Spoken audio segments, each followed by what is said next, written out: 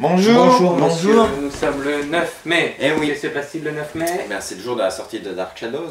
C'est quoi? De Tim Burton. Tim Burton? Alors Tim Burton, d'abord c'est lui, voilà. Et puis ensuite c'est un réalisateur de films comme Batman, ou Batman le défi, ou... Il est assez connu. Oui, c'est vrai qu'il est assez connu. Alors, on reparlera de ses films de toute façon, j'imagine. Voilà. Alors est-ce que on parle de la bande-annonce peut-être? On parle de la bande, mais non, on la présente. On montre la bande-annonce.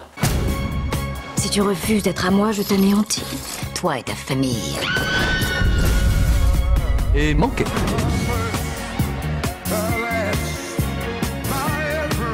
Je vais redonner à l'entreprise familiale son lustre d'antan. Nous allons les réduire en cendres. Continuez le combat, Barnabas, pour nous. Je combattrai, j'en fais le serment. Aime-moi. Jamais.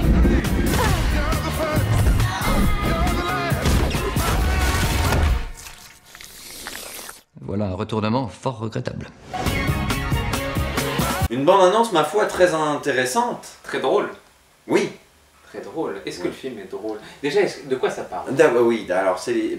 Non, déjà, il faut reprendre. Et juste avant que tu expliques de quoi Oui. ça parle, je pense qu'il faut dire que c'est l'adaptation d'une série télé très connue aux États-Unis, qui est une sorte de feu de l'amour avec des vampires. En gros, c'était tourné au jour le jour, pendant 20 minutes, ça passait je crois à 17-18 heures, et les acteurs faisaient ça sans vraiment de répétition, les textes étaient écrits juste avant. Le principe des soaps, ouais. Voilà, ils Le faisaient feu leur d'amour dialogue fait comme pareil. ça, donc il y avait des erreurs, il y avait des perches qui arrivaient. Bon, aux États-Unis, ils sont fans de cette série, mais il faut le dire concrètement, j'en ai vu quelques épisodes. C'est de la merde. C'est de la merde, mais c'est drôle. Alors donc du coup, on en vient à cette question, est-ce que ce film c'est de la merde? Est-ce que ce film est-ce que c'est drôle? est-ce que c'est drôle et de quoi ça parle surtout ce qu'on dit? Alors ça parle d'un homme nommé Barnabas Collins, de la famille Collins, qui, après avoir refusé les avances d'une sorcière, se fait maudire, il perd sa copine, il perd ses parents, et il devient un vampire et il est enfermé dans une boîte pendant 200 ans.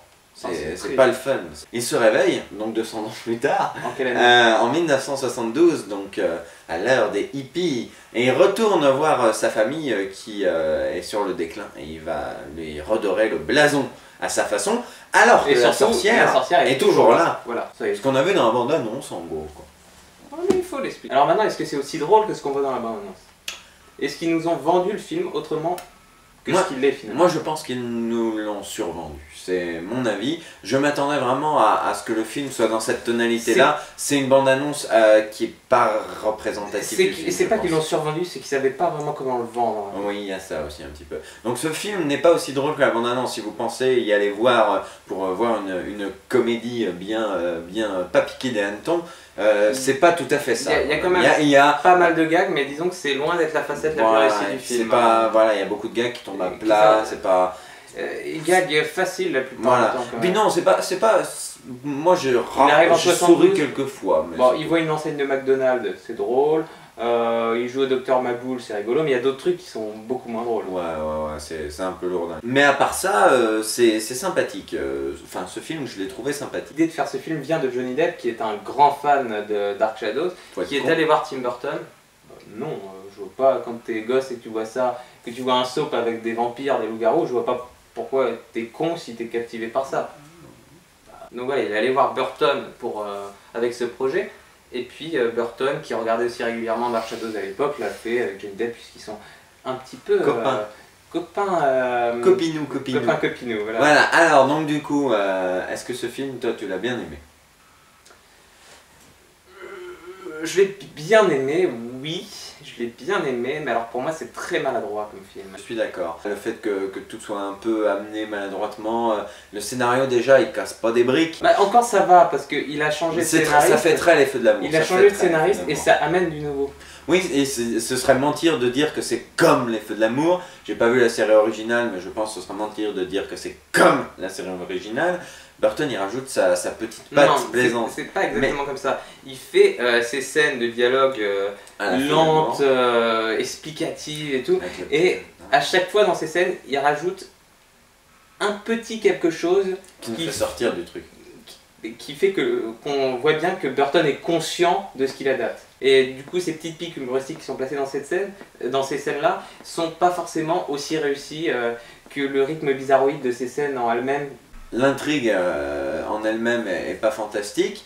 Le rythme est un peu... L'intrigue n'est pas géniale. En plus de ça, il y a un rythme...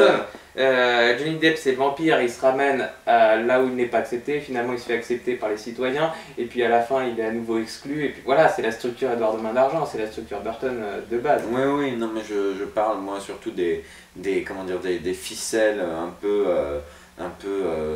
relationnelles entre les personnages. Je trouve ça un peu facile, on va dire. Tout ce qui arrive dans ce film, on va dire de manière générale, est prévisible. Oui, mais parce qu'on est devant un film de Burton et qu'on sait quelle histoire on va voir, qu'est-ce qu'il va défendre. Je suis pas un aussi grand fan de Burton que toi, oui, je mais connais pas tous ces films par cœur. Tu dois bien te rendre compte qu'il y a une structure qui est typiquement Burtonienne. Il y a une structure, mais disons qu'elle m'a moins sauté aux yeux que toi, et je pense que le film est prévisible, même pour quelqu'un qui ne connaît pas Burton. Sinon, le film est joli. Oui, au niveau de la photographie, c'est joli. Mais il y a rien, absolument rien à reprocher. Ouais. Peut-être un petit peu sur les effets spéciaux, mais c'est le budget, quoi. Ils ont préféré le mettre sur autre chose. C'est pas moche, quoi. J'imagine dans le salaire de Johnny Depp. Mais il n'y a rien à reprocher, que ce soit sur la photographie, que ce soit sur les décors, que ce soit sur les costumes. Tout le monde fait le boulot. Le maquillage aussi. Mais absolument tout le monde fait le boulot. Il n'y a pas de souci. Ça, on peut pas leur reprocher d'avoir un peu bâclé le film. Non, absolument pas. Est-ce qu'on parle de Johnny Depp? De Johnny Depp, exactement. Johnny Depp. Il en fait trop. Mais oh mon Dieu, il en fait trop. Vous n'avez peut-être pas encore vu Dark Shadows à l'heure où vous voyez cette vidéo, mais Johnny Depp fait Johnny Depp. Ça fait 10 ans. Le Johnny Depp show. Ça fait 10 ans que Johnny Depp fait Johnny Depp. Il faut qu'il arrête. Vous connaissez tous ses mimiques habituelles. Ouais. Et ben dans ce film, c'est une compilation de ça. Mais je trouve que c'est moins insupportable que dans Alice, par exemple. Oui, mais dans Alice c'était insupportable. Non. Dans Alice, c'était pas non plus le rôle principal. Il était sur le devant des affiches, tout ça. Non, son rôle est quand même particulièrement exacerbé par rapport au roman original ou n'importe quel autre. Mais c'était pas le personnage principal et on le voyait pas autant que dans Dark Shadows. Oui, donc quand tu vois ses mimiques, quand tu vois ses mimiques pendant 2 heures, alors que dans Alice ça va être une demi-heure, bah c'est autre chose quand même. Ça devient à mon avis plus insupportable. Moi non, pour moi il est beaucoup plus insupportable dans Alice. Il y avait le look du Chapelier Fou dans Alice, c'était complètement raté aussi, ça participait. Alors que le look de Barnabas est plutôt réussi et rappelle plutôt Nosferatu que les vampires de Twilight, ça c'est sûr. Johnny Depp en fait trop. Alors que à l'inverse, Eva Green. Elle en fait trop aussi, mais c'est bon. Ouais, Eva Green. Eva Green, elle est géniale. Je pense que elle est très très bien dans ce film. Je pense qu'en plus elle est jolie et que ça n'arrange pas les choses. Je suis malheureux de ne pas pouvoir me la taper. C'est un petit peu un truc chez Burton, tous les acteurs doivent en faire trop. C'est quand même, il y a une petite atmosphère un petit peu dessin animé dans les films de Burton, ça, à mon avis, tout le monde s'en rend compte. Et c'est un truc, les acteurs doivent en faire trop. Eva Green, elle en fait, bien sûr, voilà, son interprétation du jeu d'Eva Green, magnifique. Tu dis, elle en fait trop, et moi, j'associe. Elle est typiquement burtonienne, et puis je sais pas, elle a toujours quelques petits problèmes, je trouve, quand c'est pas sa langue maternelle. Non, j'ai pas trouvé, ça m'a pas choqué. Ça me choque toujours un petit peu, mais après j'adore Eva Green. Elle est bonne, et en plus elle est bonne. Donc double bonne raison de la trouver bonne. Magnifique jugement critique. Non mais c'est vrai, elle est bonne actrice, en plus elle est bonne. Donc résultat, il faut, voilà, Eva Green bien, 10 sur 10. Alors qu'à l'inverse, Helena Bonham Carter... Helena Bonham Carter, elle est très bonne actrice. Oui, mais elle est pas bonne. On parlait juste en sortant de la salle, parce qu'on en parle forcément à chaque film de Burton. Burton, à chaque fois, en les dit comme il peut Helena Bonham Carter, et la traite de façon un petit peu particulière. Comme dans ce film, c'est le personnage qui vient de dire « Oh, je suis laide, je veux rajeunir ». Alors, faire dire ça à sa femme, c'est quand même un peu particulier, parce qu'il faut rappeler que c'est sa femme. Mais après, je la trouve très bonne actrice, et j'ai pas l'impression qu'il l'ait enlaidie autant que dans d'autres films. Elle est pas, franchement, elle est pas moche. Ouais, non, j'ai pas dit qu'elle était moche. Elle est quand même moins jolie qu'Eva Green. Ah ouais, mais bon. Merci quoi. Dans ce cas-là, tout le monde est moche. Oui. À noter, donc ça c'est quelque chose de récurrent, pareil comme tu parles de l'enlaidissement. Il est à noter que c'est très très rare que Helena Bonham Carter ait une coupe de cheveux normale. Et là, elle est rousse. Donc on atteint peut-être le summum. J'ai hâte de voir quelle coupe de cheveux Elle aura dans le T'es en train de prochain. dire, ils l'ont fait trousse, ils ne peuvent plus aller plus loin là, vraiment. Bah, elle était déjà rouge dans Alice au Pays des Merveilles, mais là elle a une coupe très 70. Alors tu trouves que son look dans Dark Shadows est plus exacerbé que dans Alice au Pays des Merveilles? Oui, parce que vraiment. Oui, parce que son look, vraiment. son look, non, sa coupe de cheveux, si. Tu te rappelles pas d'Alice alors? Je t'avouerai que j'ai tout fait pour l'effacer de ma mémoire le plus rapidement possible. C'est vrai que c'était pas bien, j'étais triste. Alors j'avais voilà. crié en sortie de salle. La musique de Danny Elfman, alors c'est pas son pire travail, mais c'est pas le meilleur non plus. Oh si, c'est un de ses meilleurs quand même. Ah ouais. Bah, à chaque fois c'est un de ses meilleurs. Oui, non, mais dans ce cas-là, il en a jamais fait une seule mauvaise. Déjà, dans Alice au Pays des Merveilles, Danny Elfman était à peu près le seul à avoir fait de l'excellent boulot. Non, je suis pas d'accord. Ah si, sa BO sur Alice était magnifique. Non, ah si. Elle est plutôt quelconque. Hein. Ah non, elle est magnifique. Ah si, elle est plutôt quelconque. Ah, je ne suis absolument pas d'accord, je le souligne, et vous le remarquerez, je n'aime pas du tout Alice au Pays des Merveilles, mais Danny Elfman a fait un boulot formidable dessus. Quelconque. Et sur Dark Shadows, eh ben... Plus que quelconque, mieux. Plus que quelconque, ça veut dire pas bien. C'est mieux que quelconque. C'est bien mieux que quelconque. À mon avis, tu te rends pas compte de ce qu'il a fait. Il arrive à donner de l'ampleur à certaines... Moi j'y connais rien, hein. Moi j'y connais rien. Mais alors pourquoi tu parles? Casse-toi. Mais d'accord, je m'en vais. Danny Elfman arrive à donner de l'ampleur à certaines images qui n'en ont pas. Il y a toujours un côté Burton, mais lui aussi, parce qu'on va le dire très bientôt, lui aussi, il amène quelque chose d'un peu nouveau. C'est justement, parlons-en tout de suite. Tim Burton, depuis plusieurs années, on lui demande de faire du Tim Burton, alors qu'avant, on lui demandait de faire des blockbusters lambda, et lui faisait du Tim Burton. Lui, c'est la principale différence désormais. Mais cette fois-ci, il fait un film plus honnête qu'Alice au Pays des Merveilles, bien plus honnête, même que Charlie et la chocolaterie. C'est que, il essaye de ramener du nouveau, de se renouveler. Ça passe par l'ambiance bizarre de Dark Shadows, qu'il arrive plutôt bien à retranscrire, je trouve, et par les scènes de sexe qui n'étaient dans aucun autre de ses films. Ça amène vraiment quelque chose de plus... je sais pas, de plus... mieux, violent. De plus énergique. Oui. Surtout que cette scène de sexe, elle est quand même... Vu qu'il en avait jamais fait, parce qu'il faut dire que dans les films de Burton, ses personnages principaux n'ont jamais droit aux relations sexuelles. Et oui, parce que c'est... Il y a toujours un peu de ça dans ce film, je vais m'expliquer. Parce que ça casse la pureté de l'amour, qui est quelque chose de très noble dans les films de Burton. Et oui, qui revient toujours. Alors, la relation avec la fille dont il est vraiment amoureux dans ce film, Victoria, ne passe pas du tout par la sexualité. Non. C'est une relation très très prude. Alors que ce qui est avec Eva Green, donc la sorcière, ou même avec Helena Bonham Carter, sans trop révéler le film, c'est voilà, c'est toujours un petit peu diabolisé. Mais dans ce film, c'est là. Et c'est toujours avec beaucoup de peps, et à mon avis, c'est craindre le fait qu'il rate complètement ces scènes et qu'il soit un peu trop timide, qu'il ne sache pas comment les faire. Mais en fait, elles sont très dynamiques, ces scènes-là. Oui. C'est sans doute une des meilleures scènes du film, avec la fin. Tu parles d'une des meilleures scènes, laquelle, des scènes de sexe? On en a eu... La grosse? Oui, la grosse, la violente, on va avec dire. Eva Green. Celle où il y a tout partout qui pète. Celle qu'on voit en fin d'annonce. Voilà. Mais ça, plus la fin du film, sont les deux meilleurs moments du film. Mais je suis pas d'accord, Pour moi, c'est ces scènes vraiment soap opéra bizarroïdes, on se demande d'où elles arrivent, qui sont vraiment bizarrement construites. Pour moi, c'est ce qui est le plus réussi dans le film. Tout le final est vraiment sympa, il y a un côté vraiment Beetlejuice très prononcé, mais en plus sérieux. Oui, c'est sérieux, mais en même temps, ce qu'on voit à l'écran n'est pas très sérieux. Oui, voilà. Enfin, voilà, mais il se passe plein de trucs, il y a un côté un petit peu badass.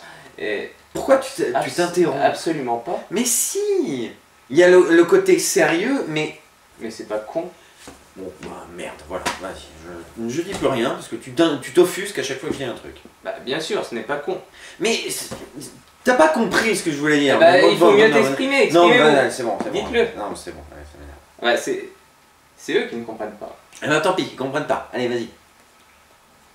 Bon, bah moi, c'est un final où il se passe plein de trucs, qui est vraiment sympa. Mais ce que je reproche à Burton sur ce film, même s'il y a l'audace de rapporter quelque chose qui, à mon avis, vient aussi de son nouveau scénariste, Seth Grahame-Smith, qui écrit aussi pour lui Abraham Lincoln, Chasseur de vampires. qui sort très bientôt. C'est que Burton fait beaucoup de plans serrés dans ce film. C'est jamais vraiment assez large, j'ai l'impression qu'il se fatigue pas vraiment à travailler sa mise en scène. Il y a certains génériques de début avec l'idée du train, voilà, il y a quelques idées visuelles qui ont un sens. Mais c'est souvent... Le bal, quoi. Visuellement, le bal. Ah bah, excuse-moi, visuellement, le bal, c'est souvent des plans rapprochés. Hein. Tu vois... T'as quand même beaucoup de scènes de fou, là, en plongée. Attends, je prends l'exemple d'Alice Cooper, qui est dans ce film et chante. La caméra, elle bouge pas. Hein. Oui, non, mais il n'y a pas que Alice Cooper dans cette scène. Oui, mais ce que je veux dire, c'est que c'est représentatif du film. Quand tu filmes une scène musicale et que tu fais même pas bouger ta caméra, il y a quand même un petit problème quelque part. C'est vrai. Et ce film, voilà, c'est toujours en plan serré. Il y a, je sais pas, il a pas envie de faire plus ou il pense que c'est comme ça qu'il faut le faire. Ça me paraît un peu bizarre. Ce film me rappelle un petit peu, comme je te le disais juste en sortant, Mars Attacks. Parce qu'à mon avis, il est à peu près d'un même niveau qualitatif. Et parce qu'il y a ce côté un petit peu anarchiste qu'on voit pas dans tous ces films. Donc pour moi, c'est plus Mars Attacks que Beetlejuice encore. Parce qu'avec la bande-annonce, on pouvait vraiment s'attendre à du pur Beetlejuice. Je suis pas tellement d'accord avec ta comparaison avec Mars Attack, mais en même temps, j'ai pas vu Beetlejuice, donc je ne m'exprimerai pas sur le sujet. D'autant plus que Eva Green, dans le rôle de la sorcière, me rappelle furieusement la martienne de Mars Attacks. C'est une décision qui t'appartient. Jusqu'au design du personnage. Je ne la partage pas. C'est aussi du Burton qui cite ses autres films. Hein. Il y a Burn Baby Burn de Batman Returns. Il y a, voilà, pour moi c'est Mars Attacks, mais il cite aussi Beetlejuice. Ces dernières années, Burton revient sur ses premières années, sur le début de sa carrière. Frankenweenie, c'est la preuve. Bah des fois si. Frankenweenie, c'est la preuve, et le fait qu'il fasse bientôt normalement Beetlejuice 2, c'est à mon avis l'apothéose. Moi je parlais de Dark Shadows en disant que c'était pas trop lourd dans sa manière de revenir à ses premières années et de s'autociter. Mais il y a quand même cette autocitation qui fait un peu égocentré. Oui, voilà, un peu Tarantino. Non, Tarantino cite plein de films en les recopiant en moins bien, à mon avis. Voilà. Donc alors au final... J'attendais plus de réactions de ta part. Donc alors au final, que dire de... Je suis pas un immense fan de Tarantino, j'aime beaucoup ce qu'il fait. Que dire de Burton dans l'ensemble? Est-ce que vous pensez qu'il ait été mort ces dernières années? Non. Vous avez aimé Sweeney Todd? Pas spécialement. Moi je l'aime beaucoup Sweeney Todd. Vous avez détesté Alice au Pays des Merveilles? Oui, ça oui. Son dernier, pour moi, Sweeney Todd est vraiment très bien. Mais je sais. C'est vrai que c'était son meilleur film depuis Sleepy Hollow. Quoi. Alors, je sais que vous n'avez pas aimé Les Noces Funèbres. Ah non, c'est pas que j'ai pas aimé. Personnellement. C'est que tu me considères que c'est pas un film de Tim Burton, c'est ça? Non, c'est que je considère qu'il est beaucoup moins bien que d'autres de ses films, mais je le trouve sympathique. Bah moi aussi je le trouve sympathique. C'est juste que c'est que des chants contre chants. Mais il n'y a pas que ça, dans le film. Bah oui, mais Burton, il nous avait pas habitués jusqu'alors à n'avoir que des chants contre chants. C'était surprenant dans Les Noces Funèbres. Ce qui me fait dire qu'il n'est vraiment pas le réalisateur qui a eu la main mise sur ce projet. Il a amené l'esthétique et tout, mais... Après, voilà. Mais après, moi je ne suis pas d'accord avec vous quand vous dites que Burton dans ses premières années a été un virtuose. Il y a énormément de ses films qui sont très bons, mais voilà, c'est pas non plus fantastique. Voilà, la loup. Il y a un côté qui était là faire la part des choses. Il y a un côté qui était là dans Charlie et dans Alice qui était toujours un... Oh, il est pas mal quand même. Et qui est toujours un petit peu là, et qui est dommage, c'est que les personnages principaux travaillent dans une usine ou dans quelque chose comme ça, c'est un petit peu l'argent, c'est bien. Dans ce film, c'est un peu en arrière-plan quand même, mais il y a toujours cette idée, je pense. La réussite comme ça, sociale, et puis l'argent qui arrive, et puis c'est bien, on va redorer notre blason. C'est un petit peu en retrait dans celui-là, mais il y a toujours un petit peu ça qui est très dommage. Il n'y avait absolument pas ça dans ces films des années 80 et 90. Non, effectivement. Je le précise. Donc au final, que dire de ce film? Quelle note tu lui donneras? Ce film, c'est un film décousu, c'est un film vraiment bizarre, un peu hybride dans la carrière de Tim Burton. On sent qu'il est entre... On sent que c'est une transition pour lui, j'ai l'impression. Il y a ce côté hommage à ses présents dans le film qui prend le dessus, mais en même temps, il ramène quelque chose de nouveau, plus de peps, un petit peu plus violent, un petit peu plus virulent. Il y a des scènes très drôles, il faut le dire aussi, avec les hippies principalement. il y a d'autres scènes plus ratées. Voilà, c'est un film qui me paraît beaucoup plus sincère que Alice au Pays de Merveille ou que d'autres de ses productions plus récentes, mais ça va de pair avec voilà, une maladresse, j'ai envie de dire constante. Il y a souvent de la maladresse dans ce film. Moi j'ai envie de dire que comme il revient, comme je l'ai dit, à ses premières années, on retrouve quelques maladresses dignes d'un débutant. Je suis pas d'accord parce que ses débuts étaient quand même, à mon avis, virtuoses. Et il essaye de... Parce qu'on lui reproche depuis plusieurs années d'être mort, tout simplement, on lui reproche ça. Et je pense que s'il essaye de revenir vers ses débuts, c'est parce qu'il sait lui-même que c'est avant qu'il était le meilleur, et il essaye de refaire ce qu'il a fait avant. Avant, c'était voilà, c'était mettre du nouveau, faire du Burton alors que personne n'en veut. Il essaye de refaire ça, mais forcément, avec l'âge, il n'y arrive plus forcément tout le temps. Mais voilà, c'est un film qui me paraît beaucoup plus honnête que certaines de ses productions récentes. Et puis, il y a des loups-garous, il y a des fantômes, il y a des vampires, il y a des sorcières. C'est un beau bestiaire quand même, bien sympathique et des fois bien mis en scène, des fois moins bien mis en scène. Mais... Par contre, la direction d'acteur est bien, je trouve, à part Johnny Depp qui apparemment Burton lui dit bah, tu fais ce que tu veux. Ouais, voilà. Les autres, il les dirige bien. Ouais. Mention, pour moi, à Chloé Moretz. Je suis pas d'accord.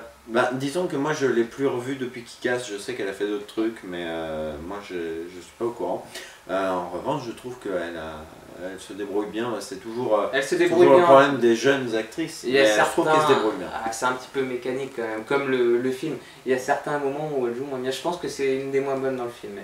Ouais, c'est un film quand même un peu surfait, un peu... artificiel.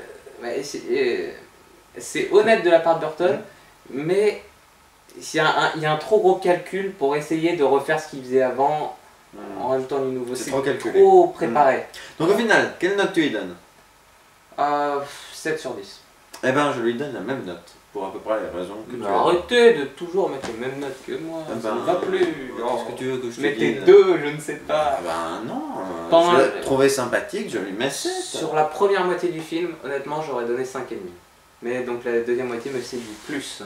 Je suis d'accord. Alors oui, peut-être conclure la vidéo en vous montrant donc le visuel quasiment définitif du DVD de HO que vous pourrez donc acquérir. On a voulu faire original avec une espèce de boîtier en format paysage, mais voilà, vous verrez 4 DVD imprimés de très belle façon, on les a pas encore, mais voilà, et ce sera au prix de 10 € et vous pouvez tout de suite les précommander. Et dedans il y a la chronique de Dark Shadows, donc si vous voulez la revoir tout de suite. Oui, tout à fait, et puis il y a aussi, il faut le dire, une photo dédicacée, et ça pour épater tes amis. Voilà, pour épater vos amis. Alors ça se précommande à ho@mrfox.fr. C'est fou comment on est cupide. J'ai une petite question à vous poser. Est-ce que vous pensez que Burton est mort? Non, il fait des films. À vous de le dire. C'est con comme question. Il fait des films, pourquoi il serait mort? Non, tu déconnes. C'est débile. Non, pas un petit sourire, non. Non, je le fais sur moi exprès. Non, mais explique-moi, j'aimerais comprendre. Pourquoi tu dis qu'il est mort, il fait des films?